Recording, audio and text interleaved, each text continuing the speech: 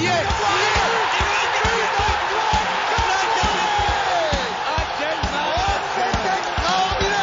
Pauletta dans la surface, la frappe. Oh le but exceptionnel encore une fois face à un Barthez maudit devant le Portugais. Pedro Miguel Pauletta. Oh là là là là là là là là, Zlatan Ibrahimovic, 25e minute, le doublé en 2 minutes. Ça allait trop vite pour le mur, ça allait trop vite pour Steve Mandanda. Qui l'aurait parié avant le match? Qui l'eût cru? Le miracle allemand s'est produit à l'Allianz Arena. Le Paris Saint-Germain a remporté le match aller du quart de finale de Ligue des Champions 3-2 avec une panoplie d'absence. C'est juste incroyable ce qui s'est passé sur cette pelouse enneigée de Munich. Les gars, je suis avec Joe et Nams, hein, j'ai oublié de vous présenter. Nams, je vais te lancer en premier. Hein. Tu as clamé haut et fort la qualification du PSG et là on est à 90 minutes d'une éventuelle qualification. C'est ça. Moi, je suis pas forcément étonné par le résultat parce que la motivation de nos joueurs est largement plus décuplée en Ligue des Champions qu'en championnat, encore plus en ces temps de Covid, encore plus avec l'enchaînement des matchs, parce qu'on sait que les joueurs du PSG n'ont pas vraiment eu de vacances après la finale de Ligue des Champions. Moi, je suis pas vraiment étonné par le résultat, mais le match en lui-même m'a beaucoup étonné. On a beaucoup subi. On a subi comme les équipes de Ligue 1 subissent quand ils viennent au parc. Et on a fait fort quand même.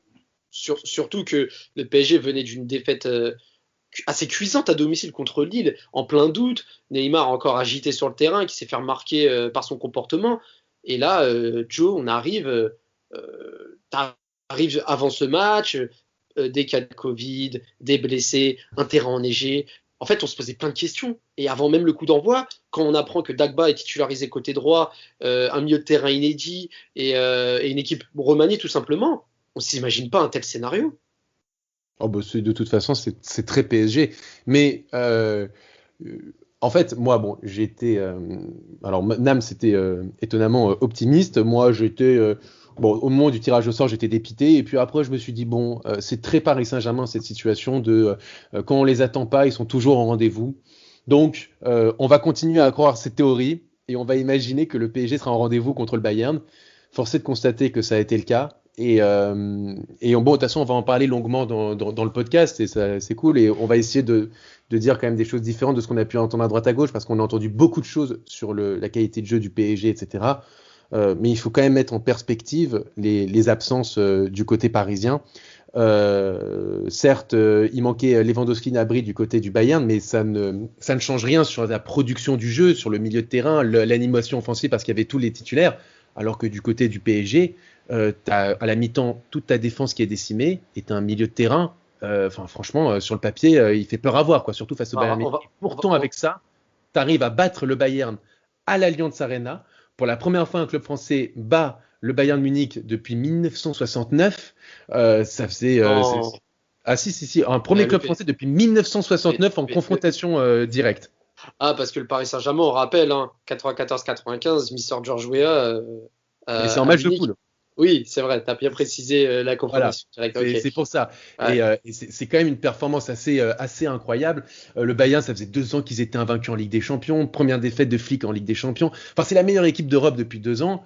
Et la performance des Parisiens est tout simplement exceptionnelle. Et si on va dire par chance, pas par chance, mais en tout cas par efficacité, Paris arrive à éliminer ce Bayern Munich-là, c'est un des plus grands exploits de l'histoire du club. Clairement. On va y revenir sur le match et sur les conditions qu'on fait que le PSG part avec un avantage pour le match retour. On rappelle le contexte, comme tu l'as dit, beaucoup d'absents, beaucoup de cas de Covid, notamment côté parisien. Alors, tu as mentionné les absents côté Bayern Munich. Côté parisien, bon, Bernat était déjà absent. Levin Kurzawa était absent également. Florenzi était absent. Verratti était absent. Icardi était absent. Paredes était absent. Je ne sais pas si j'en ai oublié un. Mais je pense que j'ai dû faire le tour. Il y avait 6 absents au début du match. Ouais, c'est ça. Avec Bernat. Bernat, oui, je l'avais dit. Alors, on va rappeler la composition des Parisiens. Donc, la base dans les buts. Côté droit, Dagba. Marquinhos dans l'axe avec Kimpembe. Donc, ça n'a pas bougé. Côté gauche, Diallo. Au milieu de terrain, un milieu de terrain plus ou moins inédit avec Danilo Gueye et Draxler avec Neymar, Mbappé et Di Maria côté droit. Donc une animation offensive quand même intéressante, hein. Il y a quand même tous les cadres qui sont là, même si Keane sur le banc aux dépens de Draxler, c'était un peu surprenant. Mais au final, le choix a été justifié assez rapidement. Le match, il commence fort, les gars. Et Nams, j'en avais parlé également off, que Choupo-Moting pouvait s'illustrer pour cette confrontation. Exact. Et il n'a pas tardé, au bout de 2 minutes, corner tiré du côté droit de Navas. Choupo-Moting qui trouve la barre au bout de 2 minutes. Là, le match il est lancé. Là tu sens que le match il peut partir dans tous les sens. C'est ça. Le match, il peut partir dans tous les sens. Et sur cette même action, le début de match nous sourit. Avec ce côté droit, le ballon, Di Maria, cette passe pour Neymar. Et Neymar qui met un caviar. Hein, il met vraiment un caviar pour Mbappé. Et il fixe bien la défense, à l'instar de Draxler, à la star de Draxler contre le Barça à l'aller. Il a attendu le bon moment pour décaler. C'est ça. Tu as utilisé le bon terme. Il fixe d'abord. Puis il fait la passe. Il dépose un caviar pour Mbappé, qui là utilise la surface de pied la plus adéquate pour ce type de situation. Et face à ce type de gardien de but, là, il le fusille, mais il faut dire que Neuer se trouve. Et je pense j'ai l'impression qu'il anticipe peut-être une frappe sur son frappe côté opposé. Et j'ai l'impression que donc son corps part vers le deuxième poteau, mais il laisse traîner ses mains. Alors je ne sais pas s'il veut essayer de capter le ballon ou de dégager. J'ai du mal à comprendre un peu son geste. Mais bon voilà, le but est pour lui. Et voilà, Mbappé répond présent, Neymar aussi, et le match commence parfaitement. Joe, boulette de Neuer, clairement. Pour toi, c'est une boulette ou c'est Mbappé qui a provoqué ça avec une frappe assez puissante sur lui? Alors, évidemment, Neuer n'est pas exemple de tout reproche, mais je suis content que Mbappé, enfin, utilise sa force quand il tire, parce que il abusait, je trouvais, un peu des intérieurs du pied à la Thierry Henry, ou les petits piqués qui lui réussissaient pas trop, et je trouve que depuis 2021, et parfois quand il est devant le but, il met sa grosse minace. On l'avait vu contre le Barça, son premier but où il met une frappe surpuissante sous la barre. Là on l'a vu hier, effectivement, il n'a pas réfléchi, il a frappé comme un bourrin et c'est rentré. Et donc moi je suis content parce que j'ai souvent fait le reproche à Mbappé de parfois vouloir trop jouer la finesse dans des moments où parfois il faut juste tirer un bon coup et essayer de quand l'angle est fermé, essayer de forcer la main, et c'est ce qu'il a fait. En plus de ça, Neuer, c'est bien sûr une boulette, mais il faut aussi se mettre entre guillemets un peu à sa place.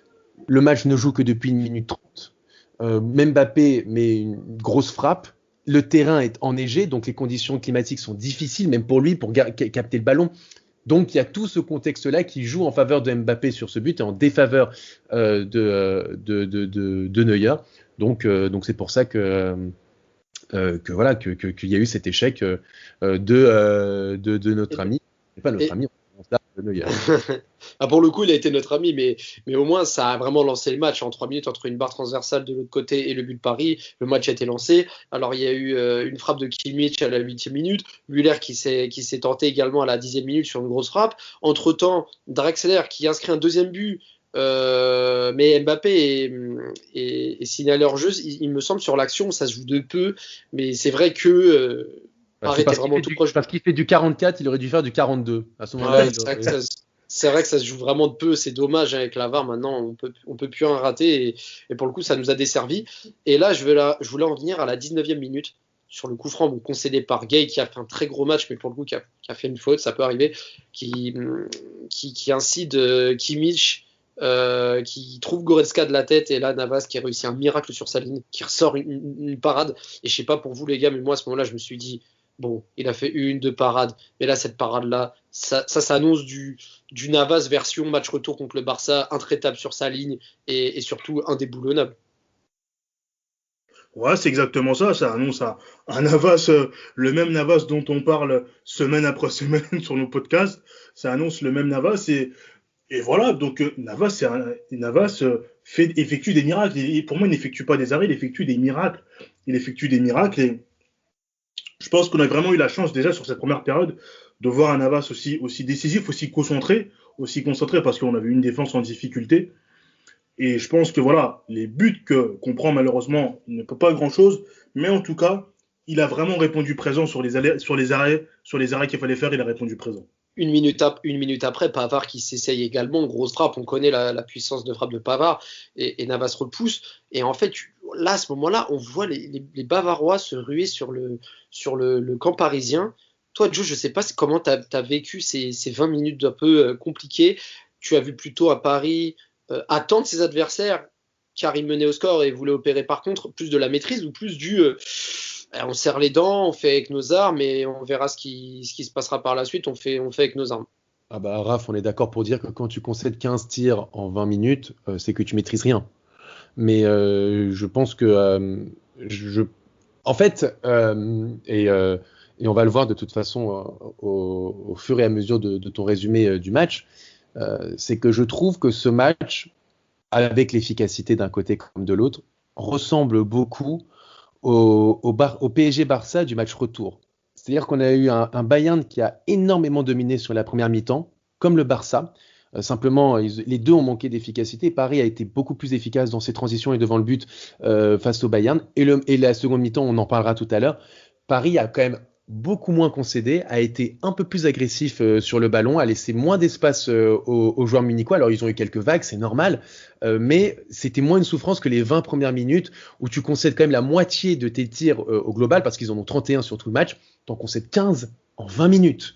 Donc là, tu as quand même 20 premières minutes pas du tout maîtrisées par le PSG et tu as l'impression de revivre un peu ce qui s'était repassé un mois plus tôt au Parc des Princes contre le Barça, avec la même réussite.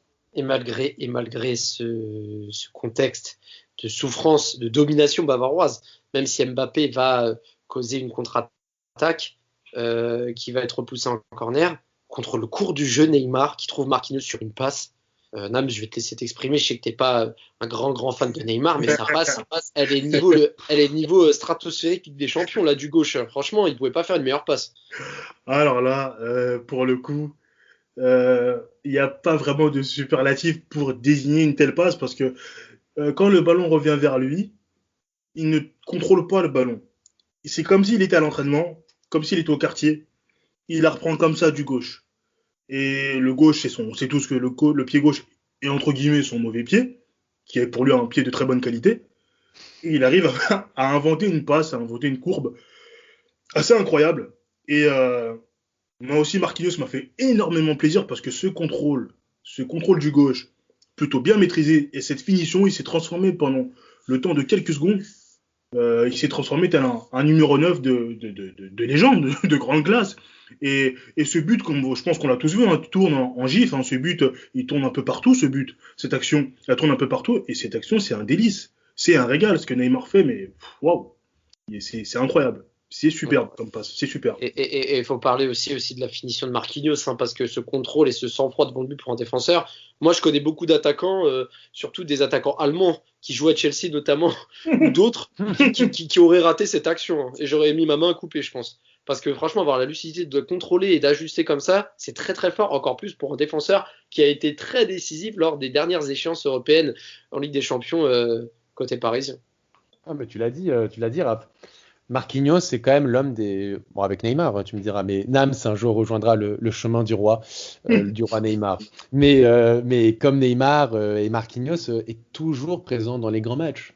Toujours présent. Tu l'as dit, il a marqué le but décisif contre l'Atalanta qui permet d'égaliser, donc derrière de marquer le 2-1. Il marque contre Leipzig le premier but qui lance la partie.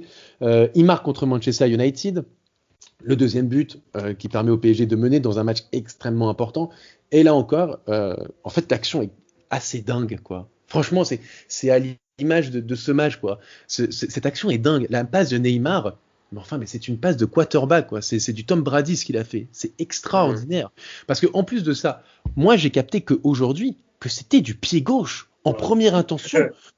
Mais sous la neige, sur un terrain catastrophique, il te fait ça, mais tu dis, mais c'est pas possible, ce mec a des pieds en or, c'est incroyable. Joe, tu sais quoi, moi, juste à ce que je revois encore le but aujourd'hui, je pensais qu'il avait contrôlé le ballon avant de centrer. Et quand j'ai revu, et que j'ai vu qu'il avait pas du tout contrôlé le ballon, là, je dis, waouh.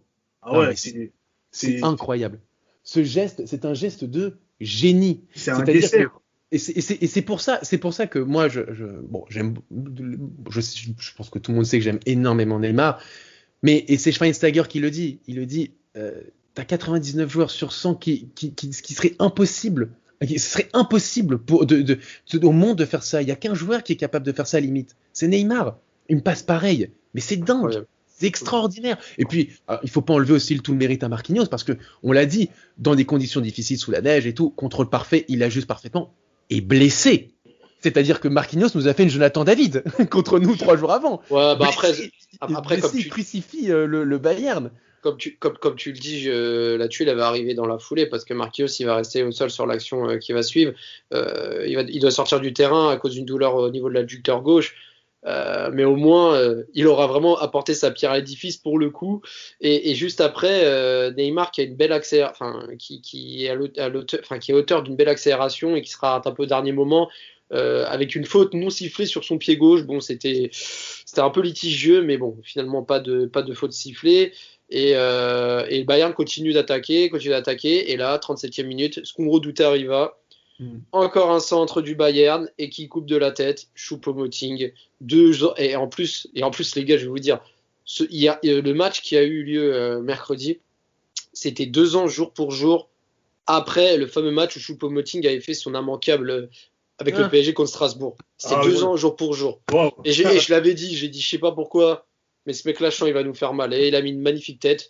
Il a réussi à hisser et de feinte de corps à Danilo. Il a réussi à le souffler et prendre le ballon de la tête. Mais bon, Danilo a dû être placé dans le poste. Ouais, le centre est magnifique. Et Danilo a joué. Sur le centre, il est seul. Hein. Et Danilo a rejoué à le même positionnement qu'il avait sous Tourelle, donc défenseur central. Oui, je pas son poste. Selon notre ancien coach, c'était son poste de prédilection. C'est quand même dingue. Finalement, on se rendrait compte que peut-être ce serait un meilleur milieu de terrain que défenseur et que Marquinhos serait un meilleur défenseur que milieu de terrain. Bah tiens. Ouais, bon. Après, c'est vrai que Tourelle, on va quand même saluer son travail à Chelsea pour le moment qui est très intéressant, mais c'est vrai que Paris Saint-Germain, certains de ses choix étaient quand même très discuté. Le Bayern réduit le score à 2-1 et continue d'être acculé dans le camp parisien. Herrera remplace Marquinhos. Pareil, Choule se blesse, qui sera absent pour le match retour, et Boateng le remplace, ce qui va faire les affaires du PSG, on le verra par la suite. Et au final, à la pause, il y a 2-1 à cause de Choupo-Moting qui réduit le score. À ce moment-là, quel est votre mindset pour cette deuxième mi-temps? Parce que là, tu perds ton défenseur qui t'a mené jusqu'ici. Tu sais que Diallo va être remplacé par Bakker. Et on sait que alors ça, Bakker tu sais pas l'habitant. C'est la bonne petite surprise quand tu remets la télé et d'un coup tu vois Bakker et tu fais attends, pourquoi il y a Bakker là, qui est habillé en joueur de football, je comprends pas. et finalement tu vois le numéro et tu fais 22-24, tu fais oh non, c'est pas possible, c'est pas Diallo, on va pas quand même aligner une défense d'Agba, Danilo Pereira, Kimpembe, Bakker et un milieu de terrain Gay, Herrera contre un Bayern mené au score en Ligue des Champions. Tu te dis c'est pas possible, on va pas quand même faire ça. Ah, mais c'est ce qui s'est passé finalement. Donc tu perds à la fois Diallo et Marquinhos, pardon.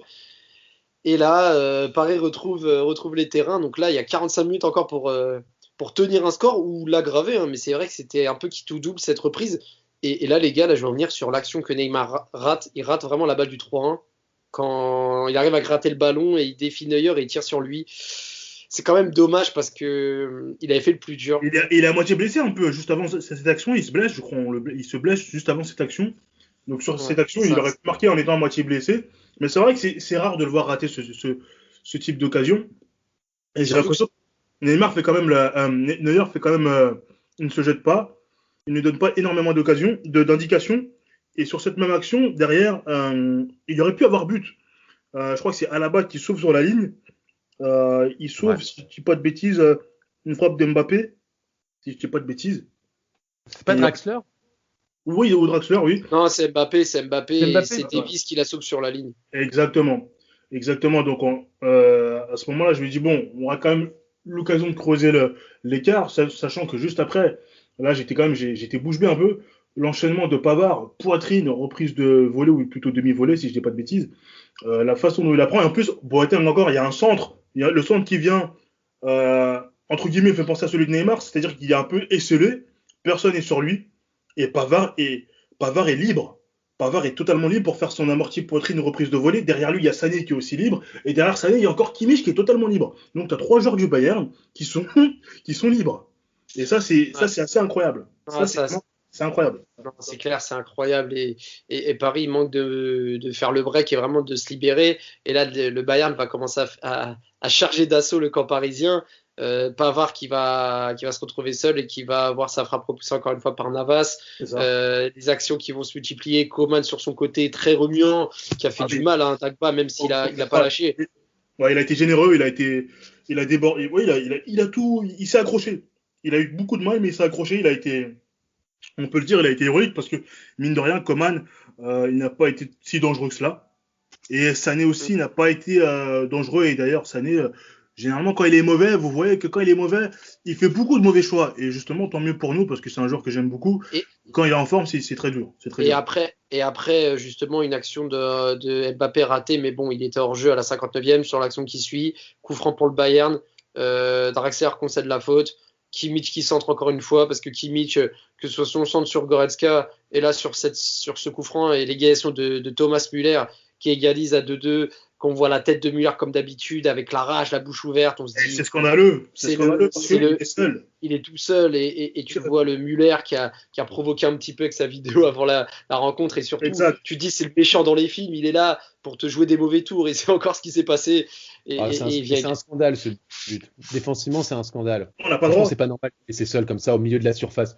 Je veux bien que le coup franc de Kimmich soit très bien tiré, mais c'est pas normal qu'il se retrouve seul comme ça. Franchement, ça, je l'ai très très mal digéré. Les 2 buts, je les ai très mal digérés parce que je trouve que ce sont quand même des erreurs défensives inadmissibles à ce niveau-là.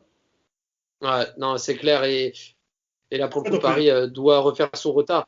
Parce que là, ils menaient 2-0, ils reviennent à 2-2.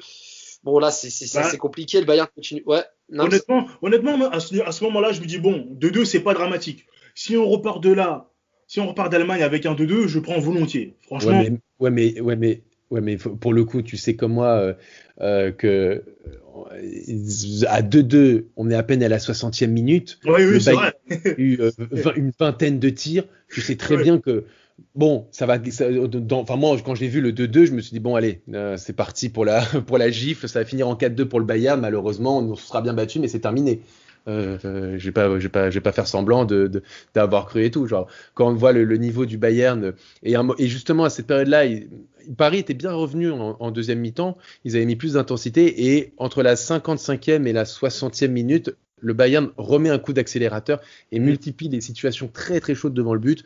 Ouais, là, j'avais compris que pour moi dans ma tête, je pensais que c'était mort. Quoi. Et là pour le coup, le Bayern continue de pousser. Et Paris effectue des contres assez intéressants. Et ce qui arrive à la 68e minute, Draxler qui trouve Di Maria, qui envoie Mbappé sur le côté gauche. Il est aux 20 mètres, il fixe. Boateng. Et là, je vais en venir, ça a été très très intéressant et très bien joué de la part de Mbappé qui a su prendre son temps. Appui sur appui, fin de frappe. Il a vu les jambes ouvertes de Boateng et qui frappe entre ses jambes, bras du poteau. 3-2 à la 68e, Neuer n'y peut rien. Mbappé qui inscrit son doublé, et très franchement, autant son premier but, il joue un peu de la maladresse de Neuer, autant le deuxième but, il doit rien à personne. Son but est excellemment exécuté et c'est très bien joué et chapeau. C'est ça. Moi d'ailleurs, je pensais qu'il allait enrouler, il allait tenter d'enrouler son ballon, mais il a fait le geste parfait, il a bien fixé Boateng et il a placé le ballon là où Neuer ne pouvait pas aller le chercher. Et vraiment, ce but, bah ouais. Le mec aime les grands matchs. Le mec se réveille. Il fait ce qu'on attend de lui. On le critiquait, mais là, il répond présent. Et franchement, bah voilà, quoi. 2 tirs, 2 buts. Voilà. Il a fait ce qu'il fallait. Moi, c'est, voilà. Tu joues numéro 9. On veut que tu sois efficace.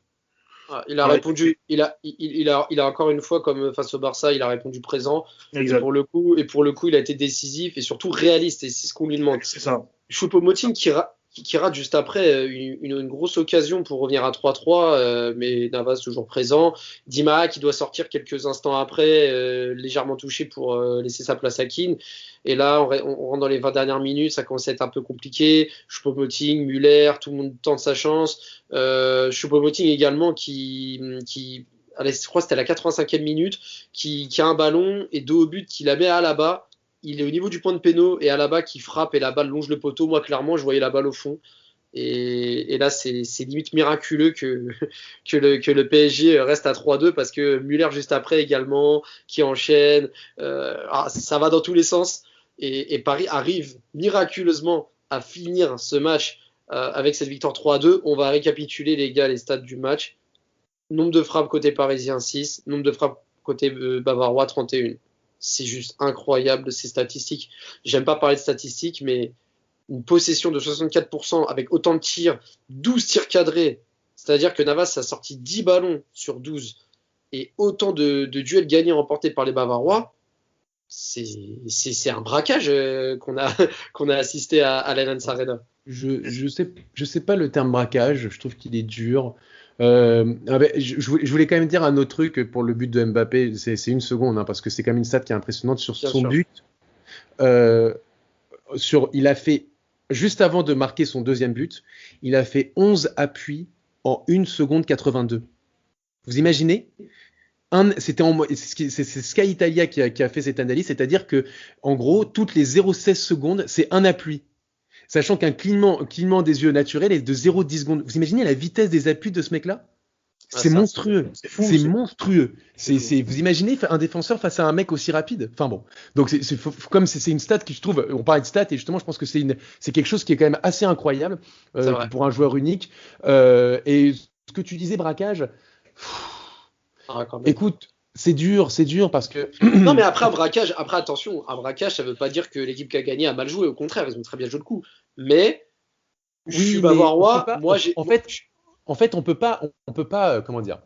Moi, pendant des années, avec le Paris Saint-Germain, on m'a répété que, alors que Paris méritait des qualifications, et on me disait souvent, ah ouais, mais tu sais, la force des grandes équipes, c'est une demi-occasion, but, et ça, c'est pas le PSG. Et je me souviens de cette interview de Thierry Henry qui dit PSG, occasion, pas but, occasion, pas but, occasion, pas but. Et il parlait du match contre le Real Madrid au Bernabéu quand Paris domine et au-dessus du Real dans le jeu, dans tous les compartiments du jeu, et pourtant il perd 3-1. Et il dit Real Madrid, demi-occasion, but. Cristiano Ronaldo, but. Et ben c'est pareil. Je pense qu'à un moment, le problème, c'est que je pense qu'en France, on est un peu conditionné, et surtout pour le Paris Saint-Germain, avec le Paris Saint-Germain. Alors j'explique, c'est pas du tout par rapport à ce que tu dis, Raph. Je profite de ce que tu dis pour donner un peu mon avis de ce que j'ai pu entendre depuis 24 heures, 48 heures qu'il y a eu ce match. Avec le Paris Saint-Germain, on a l'impression que contre n'importe quelle équipe au monde, quelle qu'elle soit, il faut que Paris non seulement ne gagne pas, mais écrase son adversaire dans le jeu, dans le score, etc. Mais à un moment, le football, c'est 11 contre 11. Et tu joues contre les meilleurs clubs d'Europe. Alors, moi, je veux bien quand on me disait « Oh, le Barça, c'est le pire Barça de l'histoire ou de ces 10 dernières années ». Bon, le Barça est invaincu en championnat depuis décembre, en Liga. Bon, à un moment, il faut quand même dire, c'est peut-être juste, Paris a juste peut-être très bien joué contre une très bonne équipe, qui n'est pas effectivement la meilleure équipe de son histoire, mais c'est une très bonne équipe européenne. Aujourd'hui, le Paris Saint-Germain a joué face à la meilleure équipe d'Europe depuis 2 ans, qui est le Bayern de Munich. Il leur manquait certes Lewandowski et Gnabry, et je l'avais dit en préambule, mais ces absences-là ne conditionnent pas leur jeu. Les absences du Paris Saint-Germain sont peut-être moins préjudiciables dans le résultat, mais sont bien plus préjudiciables dans le jeu. Quand Marquinhos sera à la 28e minute, Marquinhos au début du match, c'est 7 duels aériens gagnés et 0 perte de balle. C'est un mec qui change tout dans une défense. Et tu perds ton capitaine. Quand tu n'as pas Florenzi qui est ton arrière-droit titulaire et tu mets Dagba qui est un jeune rookie qui franchement n'a rien prouvé en Ligue 1 et dans la scène internationale, mais à la mi-temps on n'en veut même pas, c'est normal, on s'attendait à ce niveau-là. Quand tu perds Diallo à la mi-temps et tu mets un mec comme Bakker qui a limite le niveau de la Ligue 1. Quand au milieu de terrain tu perds ton créateur, le mec qui te change tout, Marco Verratti, qui se tape le Covid le 2e fois en 1 mois, on n'a jamais vu ça, et pourtant il n'y a qu'au PSG tu vois ça. Tu perds Paredes aussi, suspendu, qui est, certes, il a pu être irrégulier, mais c'est quand même un mec qui te fait du bien au milieu de terrain par sa qualité de passe, et qui te permet d'aérer ton jeu, et donc de créer ton style de jeu. Tu perds tous ces joueurs-là, mais qu'est-ce que tu veux faire face à la meilleure équipe d'Europe en face ? Tu veux faire le jeu ? Mais jamais de la vie. Tu n'as pas les joueurs pour. Et on aura beau me dire, oui, mais c'est une équipe à 500 millions, mais une équipe à 500 millions d'euros, où tu lui enlèves 6 joueurs, et la majorité des titulaires. Tu lui enlèves 2 titulaires pendant le match, et tu lui mets un Keane on l'a vu, il est rentré 20 minutes, mais il était en souffrance. C'était le quart du 10e du Moïse Kean qu'on connaît. Donc, il manquait quasiment 9 joueurs face à la meilleure équipe d'Europe. Mais qu'est-ce que tu veux espérer ? Ce qu'a fait le PSG par rapport à ses armes sur le terrain, c'est exceptionnel. C'est un exploit retentissant. Ça fait depuis 1969 qu'un club français n'a plus remporté un match contre le Bayern Munich, un match à élimination directe. Ça fait 2 ans que cette équipe est invaincue dans la plus grande des compétitions en Europe. Et les 3 dernières défaites du Bayern dans cette compétition-là, c'était contre les futurs vainqueurs. Enfin, il faut se rendre compte quand même de l'exploit du PSG. Alors oui, ils ont été dominés. Oui, bien sûr qu'il fallait compter sur un grand Keylor Navas. Et encore heureux que le Paris Saint-Germain ait un grand gardien de but. On en a trop souffert ces dernières années. Encore heureux que le PSG débourse 400 millions d'euros pour 2 joueurs phénoménaux. Encore heureux qu'ils soient au rendez-vous. Donc voilà. Donc je pense que, je suis désolé, c'est un peu long, j'ai fait un tunnel, mais je pense que il faut juste mettre un peu en perspective les choses et se rendre compte de l'exploit du Paris Saint-Germain à l'Allianz Arena. Mais c'est pour ça qu'au début du podcast, j'ai parlé de miracle allemand. C'est pour ça que j'ai parlé d'une grande prestation au final, parce que ça met à terme à 19 matchs sans défaite en Ligue des Champions du Bayern Munich consécutifs. Donc c'est forcément un grand exploit, d'autant plus dans toutes ces conditions-là. Donc forcément, c'est quelque chose de notable. Maintenant, quand je parlais de braquage, je m'explique avant de passer aux cotes. Disons que c'est vraiment le coup parfait. On va dire que Paris est venu et a fait le coup parfait. C'est-à-dire qu'ils ont joué avec leurs armes et ils ont réussi à obtenir un truc. Alors que si le match a été à refaire 10 fois, je suis pas sûr qu'ils puissent rééditer cet exploit au moins 2 fois. Mais bon, c'est un match à faire, c'est des occasions à mettre et c'est le niveau Ligue des Champions. C'est ça. Et comme on dit, t'en as pas 36 000 et ils les ont mis au fond. Et c'est le haut niveau. C'est ce genre de match qui te fait passer par la case des grands, c'est tu vas souvent faire des matchs où tu vas beaucoup subir et justement des fois tu vas plier mais pas forcément rompre.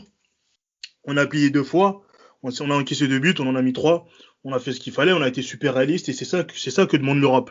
C'est l'efficacité, être bon dans les moments clés. On l'a été, on a su exploiter les espaces derrière du Bayern. On a su exploiter les contres qu'il y avait à jouer, et ça c'est parfait, et cette mentalité-là, justement, la mentalité de l'équipe a été parfaite. La mentalité a été parfaite des joueurs, et il faudra ce mental au match retour, parce que Paris, comme on l'a souvent dit, nous trois, on l'a souvent dit dans les précédents podcasts, que Paris a du mal sur 2 matchs, mais là, justement, il va falloir répondre présent, il va falloir faire preuve d'un gros mental, il va falloir d'abord être concentré pour Strasbourg, mais voilà, pour le Bayern, ils auront certes une pression, mais voilà, faut que la pression soit positive, faut pas qu'ils soient apeurés. Voilà, faudra se servir des expériences passées. Et moi, comme je l'ai dit auparavant, moi je crois à la qualification et je serais pas du tout étonné pour une qualification du PSG. Dans tous les cas, on verra ça. Alors, je vais pas vous lancer sur le sujet du match retour parce qu'on fera un podcast qui sera diffusé la veille ou le jour J du match retour. Donc on reviendra un peu sur l'analyse, surtout après le match qui va suivre demain contre Strasbourg à 17h pour le compte de la 32e journée, si je ne me trompe pas. Ouais, c'est la 32e journée. Là, j'ai un doute. 31, 32 il reste 7 matchs. Je vais vérifier ça tout de suite. Non, mais c'est 32e journée. C'est la 32e journée. 32e journée, ouais. Ouais, c'est la 32e journée en tout cas. Voilà, j'avais un petit doute. Strasbourg, Paris Saint-Germain. Donc on a vu le PSG à la Ligue des Champions à jouer, mais il y a aussi la Ligue 1. Même si c'est la Ligue 1, il faut ne pas tout gâcher entre guillemets et rester digne et garder notre trône national. Donc match contre Strasbourg qui enchaîne les bonnes et les moins bonnes prestations, et comme le Paris Saint-Germain en Ligue 1 tout simplement, une équipe qui va sûrement être remaniée. Joe, hein, tu nous en parles en off, tu peux nous dire la composition probable pour ce déplacement là, Beno? Absolument, je l'ai sous les yeux. Alors, c'est Rico dans les buts, Dagba ou Pembele à droite, Kerrer, Diallo, Bakker, au milieu de terrain, Herrera, Paredes, Rafinha, et en attaque Sarabia, Kean, Draxler. Alors voilà. Pour le coup, on annonce les couleurs et les signaux. Hein. Là, le match va vraiment être plutôt pour faire récupérer les cadres pour le match retour. J'aime bien ça. Mais il faut quand même que ces joueurs-là tirent leur épingle du jeu et aillent chercher un titre qui quand même doit être priorisé entre guillemets, parce que même si à la Ligue des Champions, il faut quand même être champion de son territoire, et c'est ce qui va se passer, je l'espère. Pour ce match, les gars, je vais vous demander vos pronostics comme d'habitude en 3 points avec notre partenaire BetClick. On fait gagner des free bets notamment pour les auditeurs qui nous suivent également sur Twitter. Donc les gars, alors résultat du match, nul ou PSG. Alors la cote du Paris Saint-Germain est à 1,65, le match nul à 3,90 et la victoire de Strasbourg à 4,40. Qu'est-ce que vous voyez, messieurs? Ah merde. Est-ce que le cœur doit parler ou le portefeuille doit parler? Non, là, les auditeurs, on veut pas les mettre sur la paille, il faut les conseiller de manière objective. Alors, le match nul. 3,90. Ah ouais, 3,90, c'est une sacrée cote, quoi. Franchement, Paris sera dépourvu de pas mal de ses cadres. Ça va être une équipe bis, voire terre. Strasbourg a été très bon contre les gros. Ils ont battu Monaco. Ils ont fait match nul contre Lille. Et c'est une équipe qui a toujours bien emmerdé le PSG. Donc voilà. Donc franchement, le cœur vous dirait à 1-0 et je serais très content quel que soit le contenu. Mais le portefeuille, et pour conseiller nos auditeurs à aller chez BetClick, n'est-ce pas, je dirais match nul. Toi, Nams? Pareil, match nul. 3,90. C'est vrai que la cote est intéressante, mais c'est vrai que si Paris fait nul, c'est très compliqué pour les dernières échéances en Ligue 1. Mais bon, en espérant que Paris obtienne quand même les 3 points. Pour le pari buteur, alors je sais pas ce que vous voyez, un buteur, une double chance, qu'est-ce que vous miseriez sur ça? Bon, moi je mettrais un petit but de Keane. Oh. 2,40 la cote de Keane. C'est ce que j'allais dire. Alors attends, franchement, si tu mises le match nul 3,90 avec le but de Keane à 2,40, bon alors là c'est champagne pour les supporters parisiens. Alors je sais pas quelle est la cote du combiné en même temps, mais en tout cas ce serait une bonne cote. Et pour finir sur les cotes, si vous aviez une petite cote fun là, une bonne grosse cote à pronostiquer, un score exact ou n'importe, une cote. 2-0 Strasbourg. Désolé. Attends, 2-0 Strasbourg. Ouais. Attends, mais tu as conseillé aux auditeurs de pas aller le match nul. Non, ça c'est la cote folle. Non. La cote assurée, c'est le match nul, mais une cote folle, c'est si tu veux jouer une cote assez folle, c'est 2-0 Strasbourg. Bah, tu peux aussi parier un score exact en match nul. Hein. C'est aussi une bonne cote, je pense. Hein. Je pense que si tu veux vraiment te faire beaucoup d'argent et vraiment faire un truc fun, tu mets 1 euro dessus, tu peux espérer. Tu mets 10 euros sur le match nul et tu mets 1 euro sur la défaite 2-0. Bah alors juste pour vous dire les cotes, le 0-0 il est à 13. Le 1-1 il est à 6,40 et le 2-2 est à 13 aussi. Et le 2-0 pour Strasbourg est coté à 23. Bon, allez. Mais mettez un petit euro, comme ça vous pouvez vous payer plusieurs Grecs. Parfait. Et toi, Nam, c'est quoi ta cote folle avant de terminer? Ma cote folle, moi, ce sera peut-être, je dirais un but de Pembele. Oula. Je sais même pas s'il est comptabilisé. Alors Pembele buteur, cote à 11 quand même. Ah ouais. Tu mettrais combien, Nams? Moi, je mettrais 1 balle, je mettrais 1 euro. Ouais, pour te faire 2 Grecs, quoi. Exact. c'est ça. Non, mais en tout cas, les gars, moi, j'espère en tout cas que le PSG va gagner. Je pense que le PSG peut gagner d'un but d'écart. Je pense que ça va être mon pronostic et on verra bien. Et la cote, elle a combien? Un but d'écart? Alors, je vais regarder. C'est vrai que je pensais pas, mais attends, je vais regarder. Excuse-moi si je t'ai mis dans la panade, Mora. Non, il n'y a pas de souci. Mais tu sais quoi? Allez, pour le fun, je vois le 0-1 pour le PSG, score exact, 3,40. Oh, belle note aussi. En score exact, 1-0, ça peut passer. En tout cas, j'espère que Paris va choper les 3 points. J'espère aussi que le PSG ne va pas perdre encore davantage de joueurs pour le match de mardi, parce que ça, ce serait vraiment embêtant. Et j'espère que vous avez passé un bon moment en notre compagnie pour ce podcast. On espère la victoire samedi et on espère être prêt pour la échéance à venir au match retour au Parc des Princes, 21h contre le Bayern. Allez les gars et allez Paris. Il est monté